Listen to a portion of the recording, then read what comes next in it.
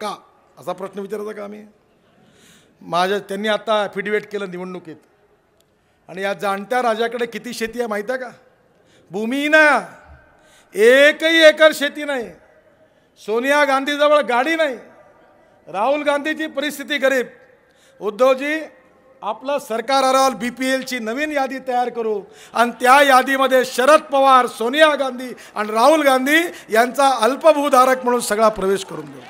भूमिहीन, मी काही खोटं सांगत नाही, त्यांच्या ॲफिडेविटमध्ये आहे. 1 एकर शेती नाही, गरीब आहेत, अल्पभूधारक. ते यवतमाळ जिल्ह्यामध्ये काँग्रेसचे नेते होते, सगळे मोठे मोठे नेते. गायी घेतल्या आणि गायी स्वतःच पॅकेज खाल्लं. मी म्हटलं हे गोसेवक, एक माणिकराव ठाकरे गोसेवक, त्याच्या मार्गदर्शनाखाली सगळ्या गायी हडपल्या काँग्रेस राष्ट्रवादी काँग्रेसच्या नेत्यांनी. नंदुरबारमध्ये गायी वाटायच्याऐवजी सांड वाटले, म्हशी द्यायच्याऐवजी हेले वाटले. काय पॅकेज आहे, काय सुरू आहे महाराष्ट्रात? न जात पर न बात पर, सोनिया शरद पवार की बात पर खाओ खिंचो, अपने बाप का माल है, जितना लूटना है उतना लूटो. 200 पैकी 120 साखर कारखाने दिवाळं पिटलं.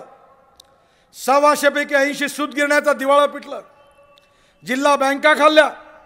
हा नागपूर जिल्ह्यातला लोफर फ्रॉड सुनील केदार सोनिया गांधीच्या बाजूला जाऊन भाषण करतो. 150 कोटी रुपयाचे शेतकऱ्यांचे पैसे खाऊन जिल्हा सहकारी बँक डुबवली. शेतकऱ्यांचे 500-500, 800-800 हजार रुपये त्या बँकेत डुबले. 150 कोटीचा घोटाळा नागपूर जिल्हा बँकेत. 275 कोटीचा घोटाळा नांदेड जिल्हा बँकेत. 280 कोटीचा घोटाळा उस्मानाबाद जिल्हा बँकेत. बँका खाल्ल्या, भूविकास बँका खाल्ल्या, क्रेडिट सोसायट्या खाल्ल्या, दूध सोसायट्या खाल्ल्या. अजून काय खायचं राहिलं? 40 कोटी रुपयाचं शेण खाल्लं, शेण. हे तर कब्रस्तानचे मुर्दे उखडणं सुरूच आहे. 40 कोटीचं शेण खाल्लं. जरा माझ्या बरोबर काढावं, CD तयार करा बरोबर. मी आरोप करतोय ते नोट करा, ते CD तयार करा आणि काँग्रेस राष्ट्रवादी काँग्रेसच्या नेत्यांना पोचून द्या आणि विचारा, आय कोई मायचा लाल तर माझ्यावर बदनामीचा खटला दाखल करा म्हणा.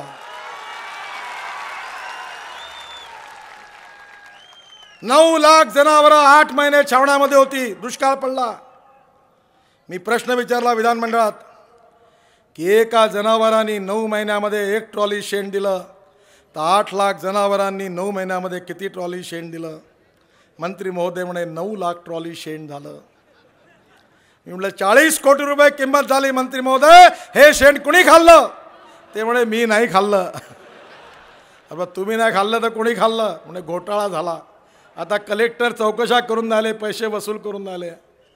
मी मुख्यमंत्र्यांकडे उपमुख्यमंत्र्यांकडून प्रश्न विचारला की तुम्ही साखर खाल्ली, दूध खाल्लं, भूविकास बँका खाल्ल्या, क्रेडिट सोसायट्या खाल्ल्या, जिल्हा बँका खाल्ल्या, सूतगिरण्या खाल्ल्या, तुम्ही जे आहे ते डुबवलं. आता तुम्ही 40 कोटीचं शेण खाल्लं.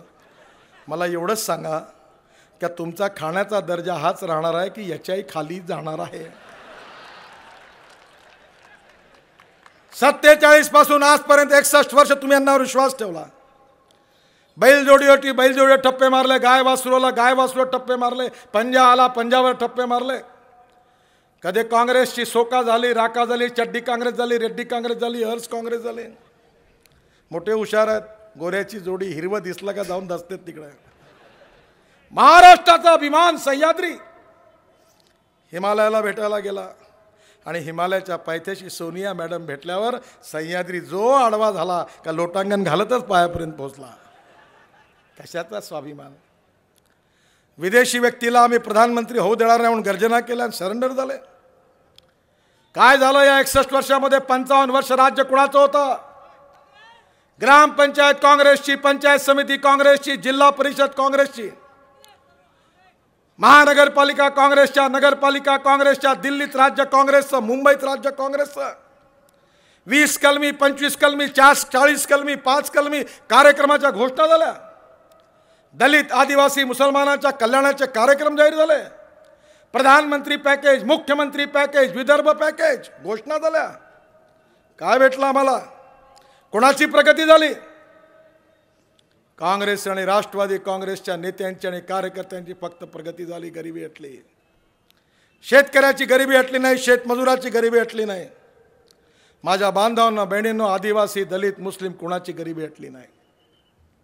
माझी तुम्हाला विनंती आहे की ही निवडणूक मुकुल वासनिक किंवा तुमाने, कृपाल तुमाने यांच्या भवितव्याचा निर्णय घेणारी निवडणूक नाही आहे. ही निवडणूक माझ्यासमोर बसलेल्या या गोरगरीब जनतेच्या भविष्याचा आणि भवितव्याचा फैसला करणारी निवडणूक आहे. मी ज्योतिष्य शास्त्राचा थोडा अभ्यास केला आहे. मी फेस रिडिंगवरून भविष्य जाणतो. येत्या 8 दिवसामध्ये तुम्हाला लक्ष्मी दर्शनाचा योग आहे. खास माणसाला विदेशी, चिल्लर नेत्यांना देशी. 2 कोंबड्या 2 बकऱ्या कापल्या की मटणाच्या रश्श्यात गाव खुश. ताई माई अक्काला लुगडं, साडी आणि 2000 रुपये गांधीचा फोटो छापलेली नोट दिली 2000ची की संपलं काम. मेहरबानी करा, आपलं मत विकू नका. आज देश संकटात आहे, राज्य संकटात आहे. तुमचा भविष्याचा विचार करायचा आहे. तुम्ही जर युतीचं सरकार आणलं असतं तर ही अंधारात राहायची वेळ तुमच्यावर आली नसती. मी तुम्हाला विश्वासाने सांगतो, ज्यावेळी भाजप शिवसेनेचं NDAचं राज्य दिल्लीत होतं, अटल बिहारी वाजपेयींनी मला बोलवलं. माझ्या अध्यक्षतेखाली समिती तयार झाली आणि मला सांगितलं की हिंदुस्थानमधलं प्रत्येक खेडं पक्क्या रस्त्याने जोडल्या गेलं पाहिजे. मी 60,000 कोटी रुपयाची योजना तयार केली, प्रधानमंत्री ग्राम सडक योजना.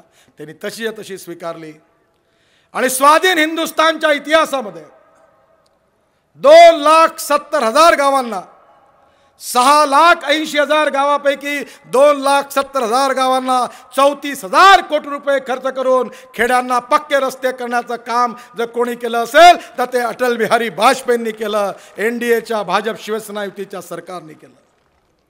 आणि आम्हाला विचारता तुम्हाला शेतीतलं काय समजतं? पवार साहेब, 1200 रुपये टन उसाला भाव दिला विदर्भात मी एकटा.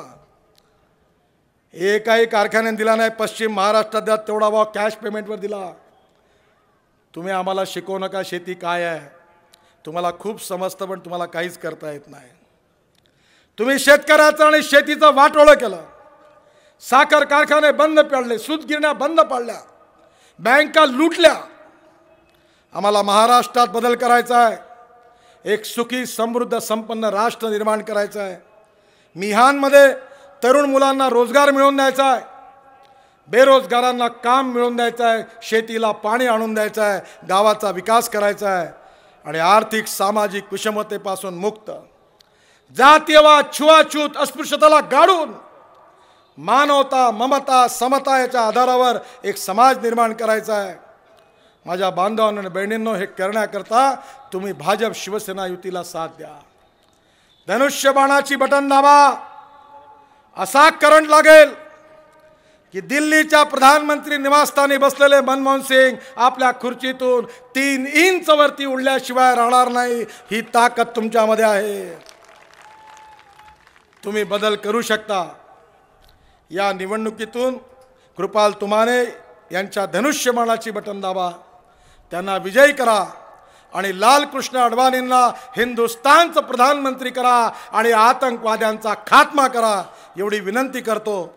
आणि मला वर्धेला जाहीर सभेत भाषण द्यायचं असल्यामुळे 10 वाजता प्रचार संपतो, म्हणून उद्धवजींची क्षमा मागतो, त्यांची परवानगी मागतो, आपल्या सगळ्यांची परवानगी मागतो. आपण मला जाण्याची अनुमती द्यावी अशी विनंती करून माझं भाषण संपवतो. धन्यवाद. जय हिंद, जय महाराष्ट्र.